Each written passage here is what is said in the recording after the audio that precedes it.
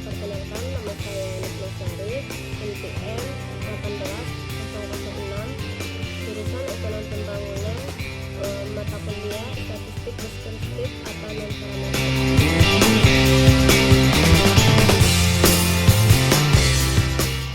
Baiklah, di sini saya akan mencoba menjelaskan ada pengertian distribusi frekuensi. Pengertian distribusi frekuensi adalah penyusunan data ke dalam kelas-kelas tertentu di mana setiap individu atau item hanya termasuk ke dalam salah satu kelas tertentu saja. Dan tujuan distribusi frekuensi adalah memudahkan dalam penyajian data, mudah dipahami dan dibaca sebagai bahan informasi, memudahkan dalam menganalisis atau menghitung data, membuat tabel,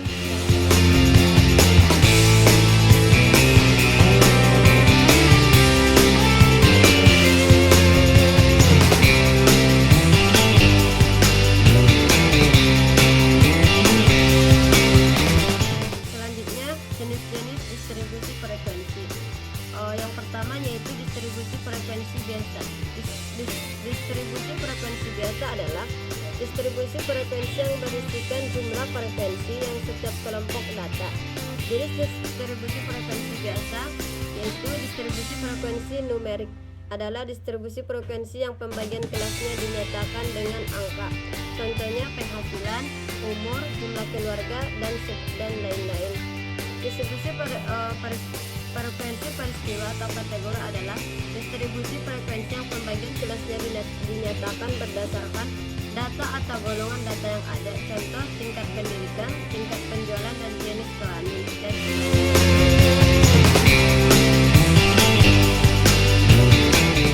Yang kedua, distribusi frekuensi relatif.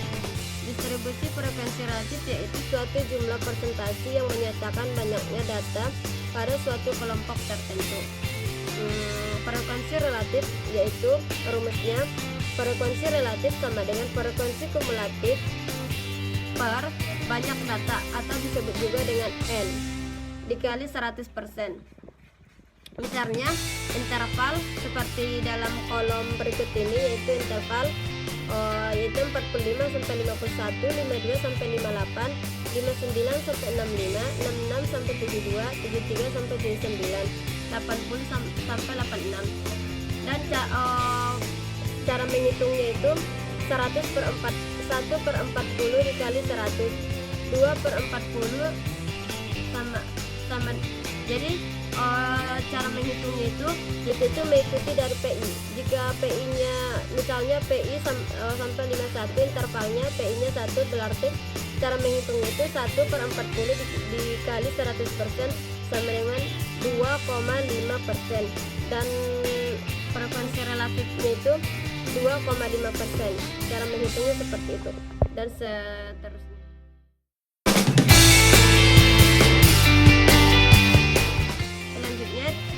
Yaitu distribusi frekuensi kumulatif. Distribusi frekuensi kumulatif adalah distribusi yang nilai frekuensinya diperoleh dengan cara menjumlahkan frekuensi demi frekuensi. Distribusi frekuensi kumulatif terbagi menjadi dua, yaitu distribusi frekuensi kumulatif kurang dari, distribusi frekuensi kumulatif lebih dari. Jadi seperti dalam kolom berikut ini contohnya, yaitu data frekuensi tepi bawah, tepi atas, frekuensi kurang lebih, kurang dari, dan frekuensi kurang dari, dan seterusnya.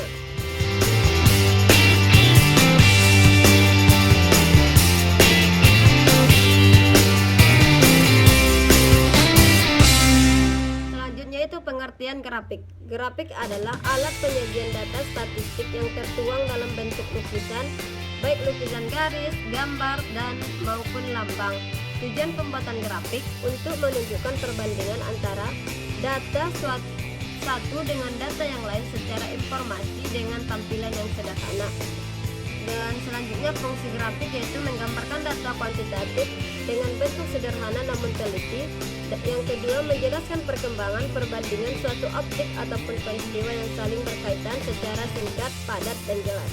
Selanjutnya yaitu jenis-jenis grafik. Yang pertama yaitu grafik batang. Grafik batang adalah grafik yang berbentuk persegi panjang dengan lebar yang sama dan digunakan untuk data yang berbentuk kategori.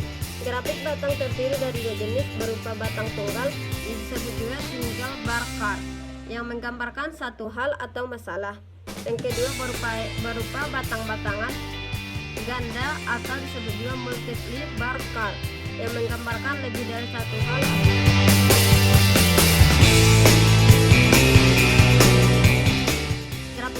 Grafik batang dapat kita lihat contohnya itu sebagai berikut, yaitu sekolah, banyak siswa, laki-laki, perempuan, dan jumlah. Dan di bawahnya itu terdapat grafik batangnya.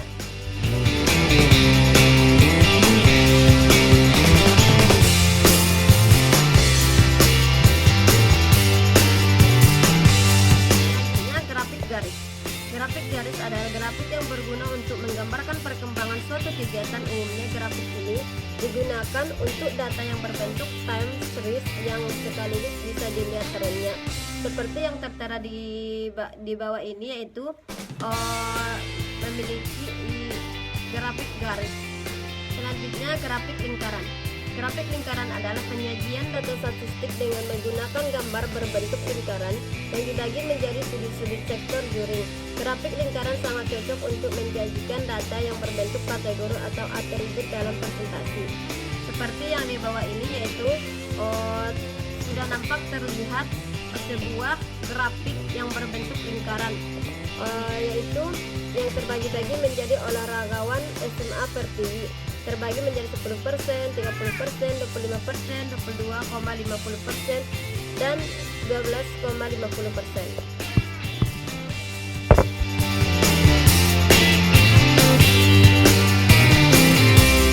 Selanjutnya grafik gambar. Grafik gambar atau disebut dengan piktogram adalah penyajian data statistik dengan menggunakan gambar atau lambang. Setiap satuan yang dijadikan lambang disesuaikan dengan macam datanya, yaitu program studi, jumlah siswa, lambang. Dan di bawah ini yaitu program studinya itu konstruksi bangunan, jumlah siswanya 60, dan dilambangkan menjadi dilambangkan itu misalnya itu bentuk gambar orang.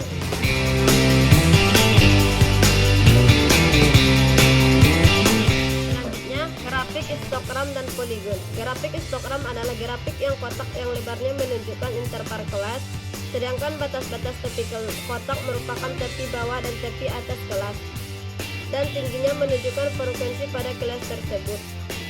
Selanjutnya grafik poligon adalah titik-titik tengah isi atas dari histogram yang dihubungkan satu sama lain dengan ruas-ruas garis.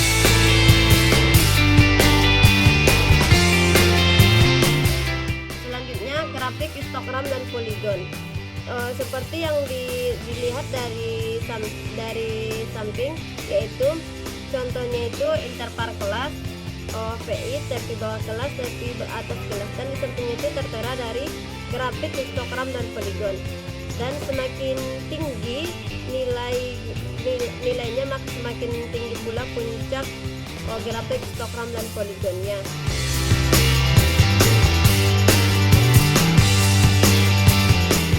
Grafik OGP. Grafik OGP adalah grafik yang digambarkan berdasarkan data yang sudah disusun dalam bentuk tabel distribusi frekuensi kumulatif. Sumber data distribusi kumulatif kurang dari atau disebut dengan OGP positif. Distribusi frekuensi kumulatif lebih dari disebut OGP negatif.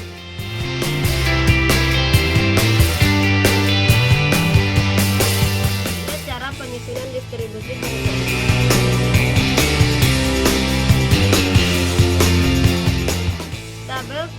Tabel distribusi frekuensi tunggal adalah satuan-satuan unit urutan tiap skor atau tiap varietas tertentu. Tabel distribusi data tunggal adalah salah satu jenis tabel statistik yang di dalamnya disajikan frekuensi dari data-data dan angka yang ada itu tidak dikelompokkan. Misalnya itu data nilai ulang matematika dari 40 siswa. Cara mengerjakannya yaitu kita menguruskan dari data yang paling kecil ke data yang paling besar.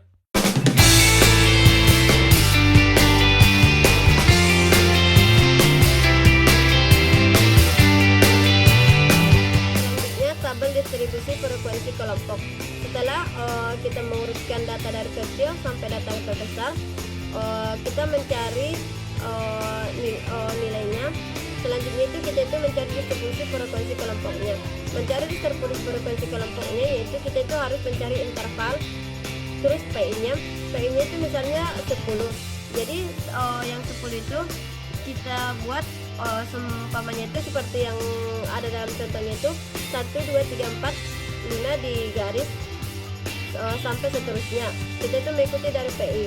Terus habis itu BBK-nya itu kita mengikuti dari 17, BAK-nya dari 23. TBK itu 0,5 dikurang 0,5 makanya dapat 16,5 dan seterusnya. Sekian dari hasil percobaan video pembelajaran saya. Saya Nik Lestari undur diri. Assalamualaikum warahmatullahi wabarakatuh.